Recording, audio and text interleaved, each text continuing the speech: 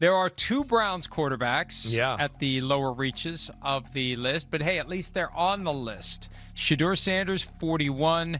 Deshaun Watson, 39. Shedeur Sanders, number 41. There's just too much unknown right now, right?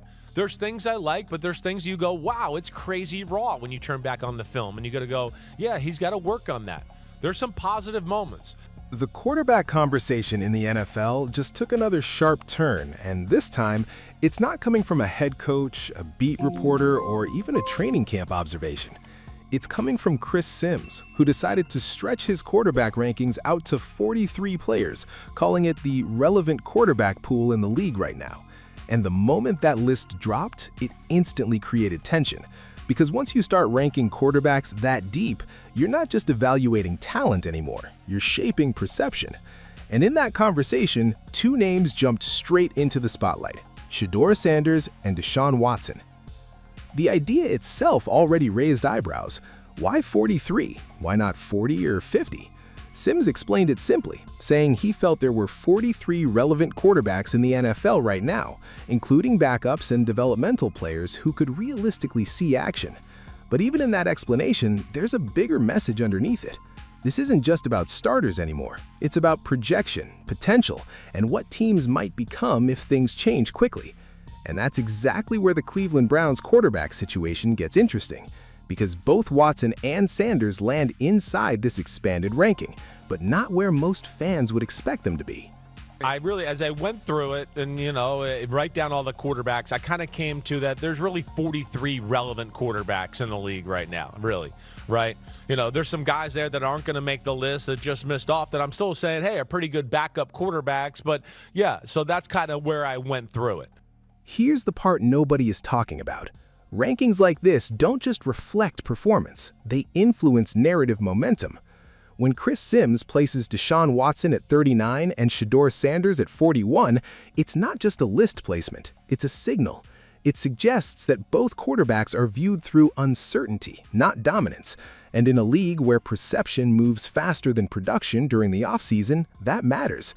Especially when OTAs are just beginning and no full contact football has even started yet. The timing of this list drops right into the middle of a Browns quarterback room that is already under a microscope. I think the positives to me for Shedeur Sanders is I do think he is an NFL starting quarterback arm. It's not a wow arm, but it's plenty good to make all the big throws and do that. And we saw highlight-type throws. I think that's maybe the thing that surprised me is some of the physical backyard plays he made last year in the NFL. Sims built the bottom of his rankings by starting with Carson Beck at 43, a developmental quarterback still behind Gardner Minshew in Arizona. He described Beck as a player with NFL traits, someone who could eventually become a starter depending on how situations unfold, but not someone ready to lead right away. Then he moved into Ty Simpson at 42, tied to the Rams system, calling him athletic with a strong arm, but still inconsistent mechanically and not physically developed for immediate NFL pressure. These names matter because they set the tone. This isn't a list of stars, it's a list of projection-based evaluation. And once you understand that, the placements of Watson and Sanders start to make more sense, but also become more controversial.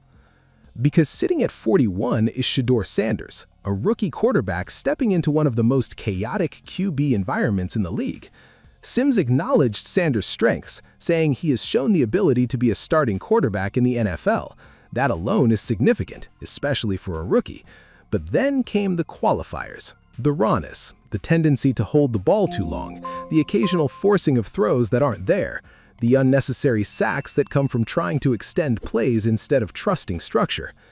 These are not unfamiliar critiques for young quarterbacks, but they become amplified when placed inside a ranking system that includes veterans and backups across the league.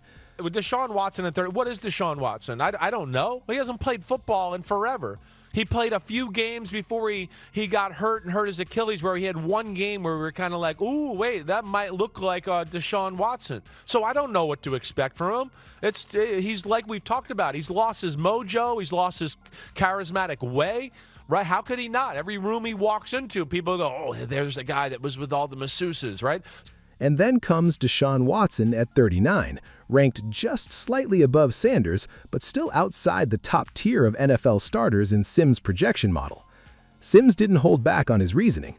Watson, in his view, is difficult to evaluate because he hasn't played consistent football in years. There was a brief moment where flashes of old Watson appeared, but injuries and time away from the field have clouded what he truly is at this stage of his career.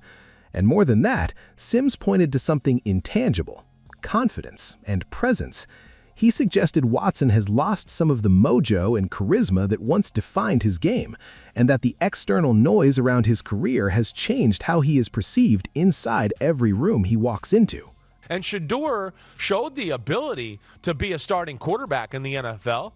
No doubt about that. But as we know, it's still a little raw. His arm is strong, but he doesn't always control the ball the right way. He holds the ball too long in the pocket at times, forces the ball sometimes when it doesn't need to be, takes some unnecessary sacks. So he's still raw. That is where the debate explodes. Two quarterbacks tied to the same organization ranked almost side by side on a national QB list that includes 43 players. One is a veteran trying to reclaim form, the other is a rookie trying to establish identity. And both are being evaluated not as certainties, but as question marks with upside. That alone tells you everything about where the Browns' quarterback situation actually stands right now. What makes Sims' list so interesting is that he admitted he was not ranking quarterbacks strictly on today. He was projecting forward to where he believes they could be around Week 5 or Week 6 of the season.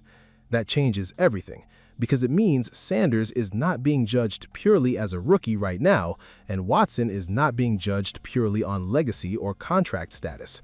They are both being projected into a future performance window that does not exist yet.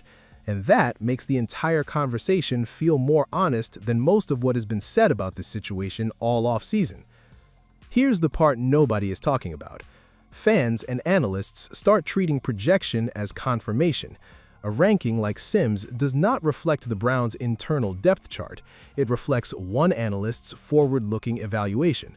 But once it hits social media and sports talk shows, it gets treated like breaking news. Suddenly, Sanders being ranked 41 means he is almost QB1. Watson being ranked 39 means he is already in decline. Neither conclusion is fully accurate in May football, but both become talking points that shape the entire narrative going into training camp anyway.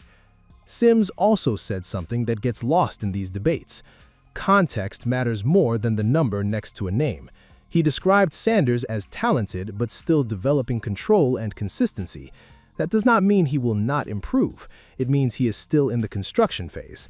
And for Watson, the discussion was not just about physical decline, but about rhythm, trust, and mental edge after years of interruptions and controversy.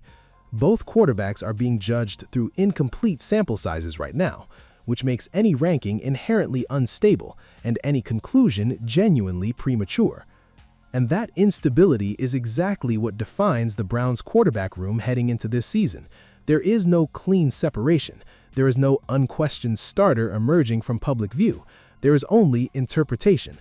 OTA clips, media reports, analyst projections, and a fan base desperate for any signal about which direction this thing is actually moving. What Sims did with this list was not just rank players. He reignited one of the most unpredictable quarterback conversations in the entire league. And right in the middle of it sit Shedeur Sanders and Deshaun Watson, two quarterbacks tied to the same franchise but viewed through completely different lenses of expectation, pressure, and projection. So the real question the NFL keeps circling back to is simple. Are these rankings predicting reality, or are they shaping it before reality even has a chance to reveal itself? Because in Cleveland right now, that answer matters more than anybody wants to admit.